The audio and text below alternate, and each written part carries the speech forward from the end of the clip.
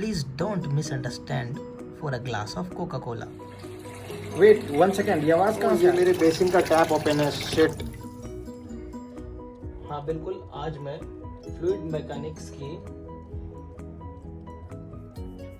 Fluid property के एक numerical बताने जा रहा हूँ और इसे मैं बिल्कुल वीडियो के लास्ट तक में ABCD की तरह आसान बनाने की कोशिश करूँगा।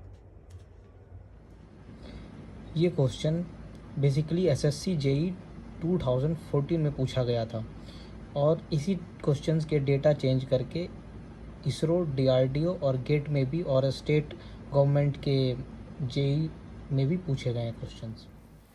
क्वेश्चन देखते हैं। कोई फ्लैट प्लेट है, उसके ऊपर एक फ्लूइड फ्लो कर रही है और वो u वेलोसिटी से y मीटर डिस्टेंस ऊपर फ्लो कर रही है। मतलब अगर कोई प्लेट के ऊपर वाटर लेयर या कोई फ्लूइड फ्लो कर रही हो तो उसे आप सपोज 4 लेयर में डिवाइड कर दो, लेयर वाइज इमेजिनरी एक लेयर इमेजिन कर लो। तो y डिस्टेंस ऊपर मान लो 3rd लेयर है या आउटर मोस्ट अपर 4th लेयर है, उस वहाँ पे 4th लेयर पे वेलोसिटी, उस लेयर की वेलोसिटी u है, ये दी हुई है। ठीक है, तो बताओ कि y डिस्टेंस, ये डिस्टेंस गिवन है 0.15 मीटर ऊपर, मान लो 3rd लेयर ये डिस्टेंस है, तो 3rd लेयर ग्राउंड से यानी प्लेट से 3rd लेयर ऊपर ये डिस्टेंस पे शेयर स्ट्रेस उस लेयर पे क्या होगी। ठीक है, जबकि एक गिवन है डायनामिक विस्कोसिटी उस फ्लूइड की 8 पॉइज। अब डायनामिक विस्कोसिटी को पॉइज में दिया है, तो जैसे आप वेट को केजी में देखते हो उसी तरह आप डायनामिक विस्कोसिटी को पॉइज में देखते हो। ये आप फ्लोइंग फ्लूइड देख रहे हैं, इसमें मैंने इमेजिनरी लाइन शो किया है। इसमें इमेजिनरी लाइन में आप देख रहे हैं कि अगर मान लें कि एक प्लेट है और ये फ्लूइड फ्लो हो रही है इसमें, और इमेजिनरी लाइन 1 2 3 4, क्वेश्चन के अकॉर्डिंग ये 4 इमेजिनरी लाइन है। तो अगर आउटर मोस्ट इमेजिनरी लाइन जो 4th वाले हैं उसकी डिस्टेंस प्लेट के बेस से y है और इसकी वेलोसिटी u है, तो बताना है हमें कि 3rd वाली जो लेयर है जिसकी डिस्टेंस इस प्लेट के सरफेस से 0.15 मीटर है, यहाँ पे शेयर स्ट्रेस क्या होगी और पूरे फ्लूइड की डायनामिक विस्कोसिटी पॉइज में गिवन है। अब हम देखते हैं प्रॉब्लम हमारे पास है कि शेयर स्ट्रेस और डायनामिक विस्कोसिटी ये 2 टफ टर्मिनोलॉजी है, इसे पहले समझते हैं।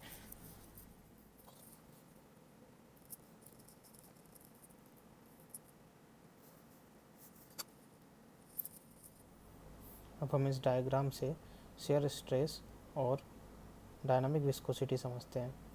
जैसे एक ये प्लेट है क्वेश्चन के अकॉर्डिंग और ये कोई फ्लूइड फ्लो हो रही है, तो हम इसे अगर इस प्लेट से कनेक्टेड सबसे नियर का फर्स्ट लेयर मान लेते हैं ये है, और इसकी इस प्लेट से डिस्टेंस मान लो आप h1 डिस्टेंस है, और तो इसकी वेलोसिटी v1 मान लेते हैं हम, और सेकेंड लेयर ये मानते हैं इसका h2 डिस्टेंस है इस प्लेट से और इसकी वेलोसिटी हम v2 ले लेते हैं, और इसकी 3rd लेयर की h3 हाइट ले लो, या फिर आप चाहो तो y भी ले लो, क्वेश्चन के अकॉर्डिंग y डिस्टेंस था तो इसे y1 ले लो, y2 y3 भी ले लो, और ये फिर y4 डिस्टेंस ले लो और इसकी वेलोसिटी v4 ले लो,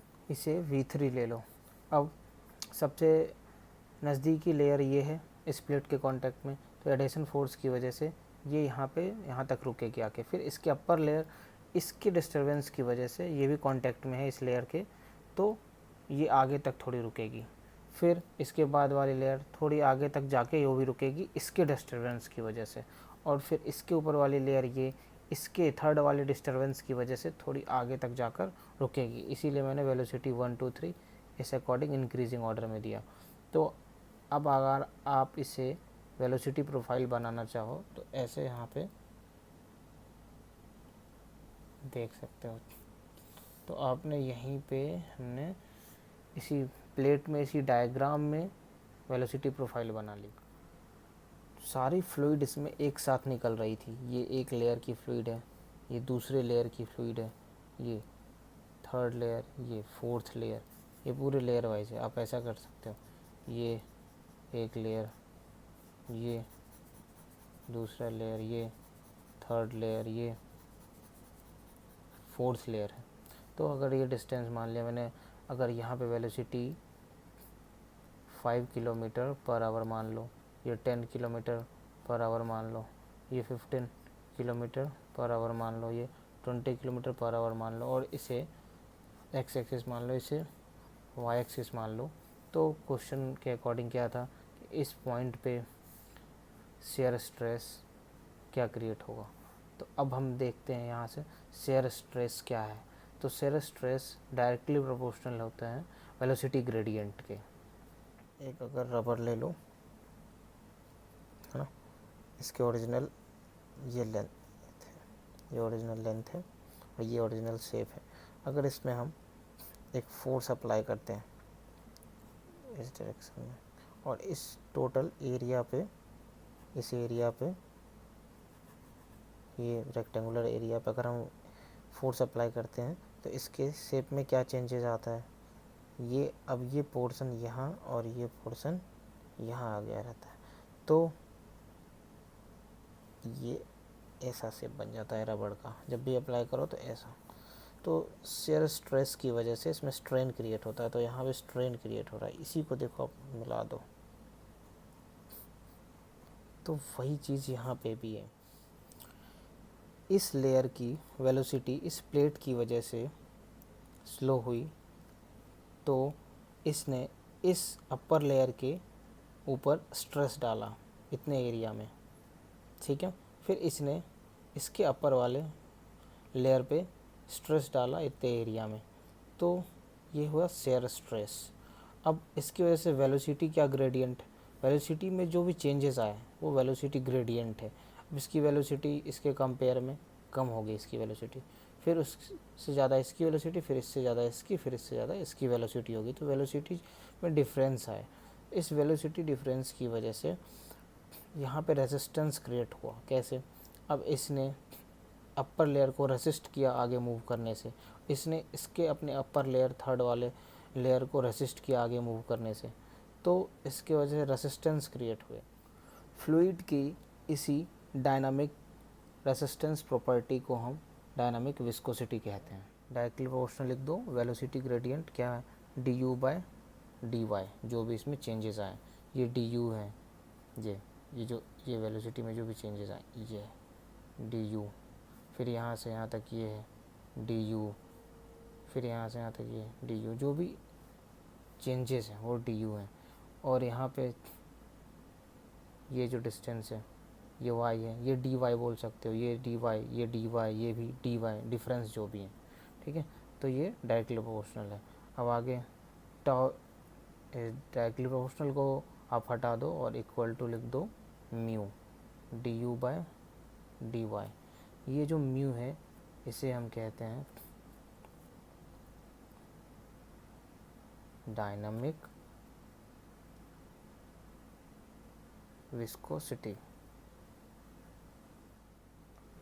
अब अभी हमने शेयर स्ट्रेस और डायनामिक विस्कोसिटी के बीच रिलेशन एक डिराइव किया था।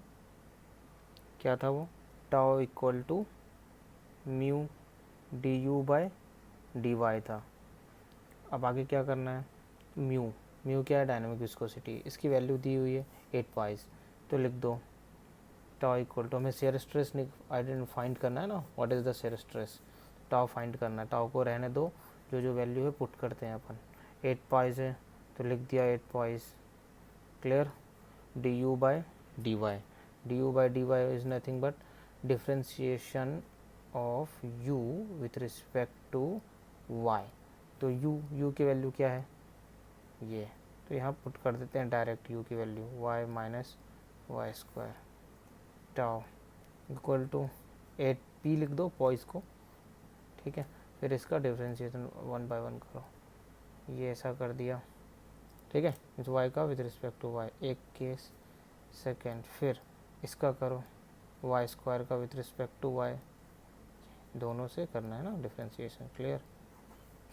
तो टाउ इक्वल टू क्या आ जाएगा, 8p है, 8 पॉइज है। अब पॉइज का तुम्हें अब हमें पता है ना 1p इक्वल टू कितने होते हैं, 10 इनवर्स kg मीटर सेकेंड होता है और मीटर सेकेंड, ठीक है। तो 1p में इतने, तो 8p में कितने, तो मल्टीप्लाई कर दो माइनस kg पर मीटर सेकेंड।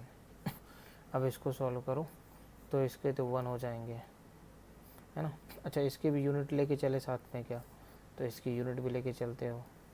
तो देख लो ये क्या है, ये वेलोसिटी की का क्या होता है, मीटर पर सेकेंड। तो इसका अगर लिखोगे सिर्फ इसका यहाँ पे, तो मीटर पर सेकेंड और डिस्टेंस है, हम इसको सिर्फ लेते चल रहे हैं, इसे और डिस्टेंस है, वाई क्या था, डिस्टेंस था, डिस्टेंस मीटर में, तो वापस मैं इसे लिख दूँ मीटर पर सेकेंड मीटर, ठीक है। इसके यूनिट हो गए, इसके 1 आ गए वैल्यू। अब इसका फॉर्मूला क्या है, -2y। ये कैसे हुए, देखो